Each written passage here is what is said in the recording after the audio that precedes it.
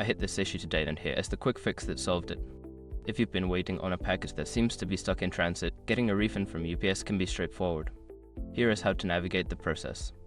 Step 1. Check your shipment status. Visit the UPS tracking page and enter your tracking number to see the current status of your shipment. This will help you confirm if your package is indeed delayed. Step 2. Review UPS policies.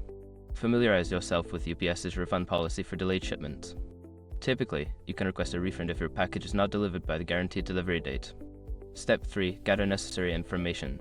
Collect all relevant information, including your tracking number, shipment details, and any receipts.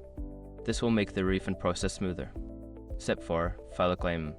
Go to the UPS claims page and select the option for refund due to delayed shipment. Fill out the required information and submit your claim online. Step 5. Follow up. After submitting your claim, monitor your email for updates from UPS regarding your refund status. If you don't hear back within a few days, consider reaching out to customer service for assistance. Remember, patience is key during this process, but with these steps, you should be able to secure your refund. Good luck!